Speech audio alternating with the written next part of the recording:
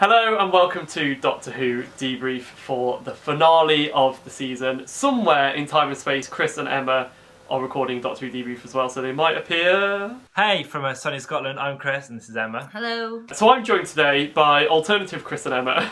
To my right, Alex Mera. Hi. And to my left, we've got Rudd. And they watched Doctor Who with me because I didn't want to face it alone. And you guys have not really watched Doctor Who before. I've seen one episode before. I've seen up to like the end of series 4, so the end of Catherine Tate, so none of Matt Smith on. Oh, so you don't know who Amy and Rory are? Have you met my friend? Look who's joining us in the studio. Karen Gillan, everyone. Hi, Karen. Thanks for coming, Karen. No problem. Okay, good. Let's get rid of her. I was a little bit worried that you guys, I kind of dragged you into it, watching Doctor Who. I was a little bit worried you wouldn't be that into it. Quite the opposite. The immediate aftermath of that episode of Doctor Who. We all okay? We all find Doctor Who a little bit emotional? Yep. Oh wow. Oh wow. You okay, hun? I'm fine. You were very emotionally attached to characters that you had no idea who they were. Yeah. What did you think of this week's episode overall? I absolutely loved it overall. I think it was a really good end to the season. I think a lot of loose ends were tied up. There was a couple of bits that I wasn't, overly keen on, but I think in general I really, really loved it. I think it was one of the stronger episodes of the whole season. I thought it was the same. I thought it was really good. I thought we had some really good performances, really emotional performances as well. I think some of the hybrid stuff was a little bit glossed over, maybe. I think that could have done with a couple more lines. And there were some weaker bits with Gallifrey as well, which we'll get into later on. But overall, I thought it was really good, really special. And it felt like a really fitting end for Clara and possibly for me as well. I really enjoyed it. Like, I haven't watched it. Like I said, after the episode finished, it was really interesting how there's like two characters that I've no investment in at all. Yeah. And I'm like kind of sobbing at them at the end of an episode. So that's the Doctor and Clara. Yeah. Man cried like 3 times. So you were very emotionally I was into it. really. This is the thing. If I haven't seen something, I watch things. Like I'll watch them properly, and I watched that properly, and now I want to die. So, I mean, I want to watch all of them now. So it's difficult for you guys to say that was a good episode in terms of Doctor Who, that was a bad episode, because you... Yeah. It was a good episode of TV. Yeah. Oh yeah, that's television. Yeah. I personally think it was possibly the best episode of Doctor Who ever. That is a strong. So good. That's a strong. I've always thought that the best episode was the David Tennant and John Sim as the Master. Yeah, I've always said that those are my favourite. I always thought they were the best episodes ever, but that was so good. It was just perfect. It was so perfect. Wrapped up the series really well. Wrapped up the extremely long story arc of trying to find Gallifrey, which has been going on for nearly 2 years now. So we finally got a wrap up of that. It was just so satisfying as a long-term fan. So what was your highlight overall? My highlight was almost the sonic screwdriver popping out of the TARDIS. I thought that was so cool. But I think it was the twist and the way they resolved the memory loss, because I was so sure it was going to be Clara had a memory wipe, because the Doctor is this kind of omnipotent being and he's always in control, and I was so sure it was going to be that the Doctor wiped Clara's memory. But actually to have it the other way around was a really nice reversal.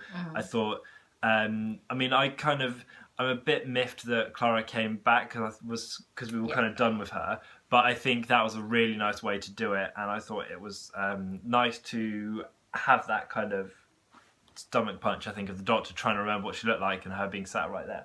Yeah. That's such a good moment. What about you?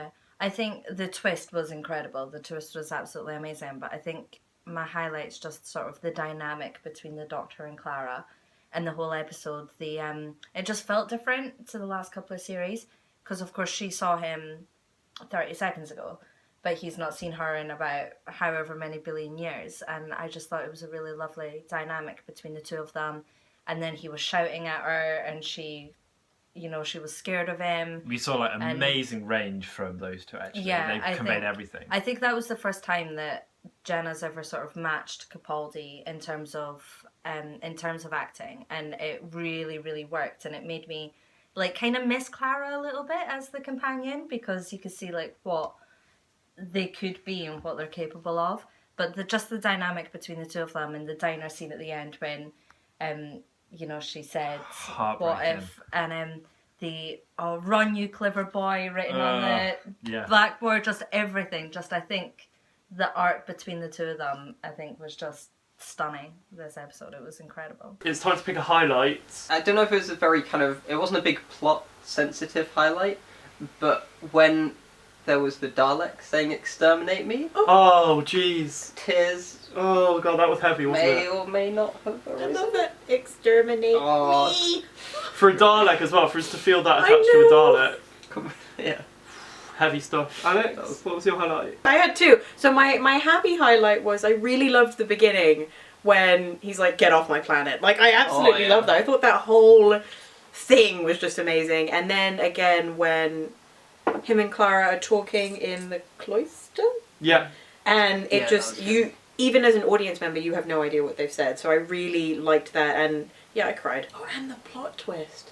The kind of quadruple the plot curveball. twist of the episode where it turns out that he doesn't remember. Oh, The yeah. whole time you're thinking that it's going to be Clara's gonna Clara that 180. doesn't remember. That was incredible. That really hit her. When- the feels are real. Yeah, once you realise that Clara's the one that remembers, and you see her kind of bubbling and tearing, and then she looks away. It's incredible. That was such a good plot twist. Don't eat pears. Oh, I love that. Don't eat pears. Dirty pears. I find it difficult to pick a highlight because so much of it was incredible. Yeah. Like I said, it was probably the perfect episode. The references to everything in the past, all in the cloister with all the different creatures. Had the angels, had the Daleks, had the Cybermen. That was amazing. The plot twist was incredible. Yeah. Maisie Williams was incredible. The Time Lords, so good. Yeah. Everything was just amazing. But I think, for me, of everything, of all the emotions that I felt, of all the characters that we saw, the one thing which stands out for me was the minute the new sonic screwdriver flies into his hand. It was so sick! And I was watching it, I literally went, that was so sick. Yeah, He you turned did I just to me and went, "That was so sick." So cool. lost it, man. Oh, when he goes back into the TARDIS and it lights up and it's like, welcome home, and then the new Sonic. Yeah. So good. Yeah. So good. The writing is amazing in this show. Yeah, but the Sonic screwdriver straight into his hand. I That was will sick. be honest, like, when the sonic screwdriver appeared was like- and he went like that, I was like- like, okay, come on. Oh, like that. So, we've all given the episode such high praises. Do we have a low light of the episode? For me, I think I could have done with more time on Gallifrey because we've been waiting for Gallifrey to come back. A, since the 50th when we found out it's still around, but B, since New Who started, they haven't been to Gallifrey. And so he gets there and there's this whole, like, Paddy didn't say a word for 10 minutes. And then he gets there and the first thing he says on Gallifrey is, "Get off my planet." And that was amazing. And then it's like, had some soup, went to the library, buggered off. And it's like, I was let down with the tiny amount of Gallifrey. I really thought we were going to get a lot more. I thought, I guess it's open to other things, but I was like, oh, apparently, hey, guess what? The Prime Minister or whatever has been popped into the sky and Doctor's off. Yeah, I was a bit let down with the amount of Gallifrey. What about you? What was your low light? I think my low light was the whole immortal storyline with me. She is the only one left when they get to the end of the universe and it says all the other immortals are gone. Well, where? And it's been billions You of know? years, but she can still remember stuff. Like, her memory thing is wibbly wobbly, isn't it? The whole, because it's been such a big deal this season about me and also the Rufus Hound character becoming immortal. He hasn't been mentioned since that episode. We've no idea what's going on with him. And it just sort of felt like, oh yeah, it's just me and you now at the end of the universe because of plot and we're going to give no reason. I just felt like they'd made such a big deal of it all series that I thought I would get something at the end of it. But it was just sort of anticlimactic for that storyline. And we've been to the end of the universe so many times now. Like, we keep going to the end of the universe, and then in another episode they'll be like, oh, but we can go a little bit further. And it's like, come on, guys, sort it out. I would say my low light is the sonic screwdriver. I just thought it was so cheesy. It was sick! It was so sick! cheesy, dude. I don't think I have a low light. I'll be honest. I mean, I would have liked more of him on his planet, but I feel that's just because I don't have enough Doctor Who experience. He's never really been on Gallifrey before, so that was. It would be nice to get more of that. Yeah, I would like more. I'd like more with the characters that we were introduced to very briefly. Oh, there. the guy from Game of Thrones. What is he doing? Finishing his soup.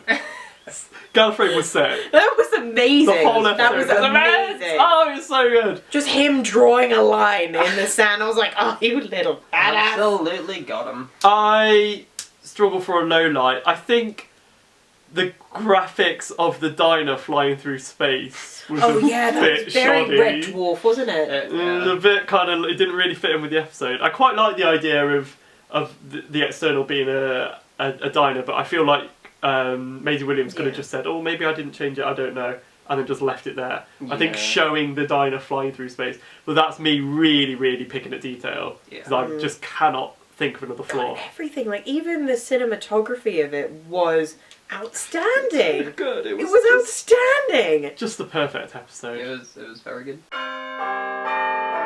My eulogies go to all of the villains that are in the crypt. Oh, the crying Dalek. The little The Dalek cried! me.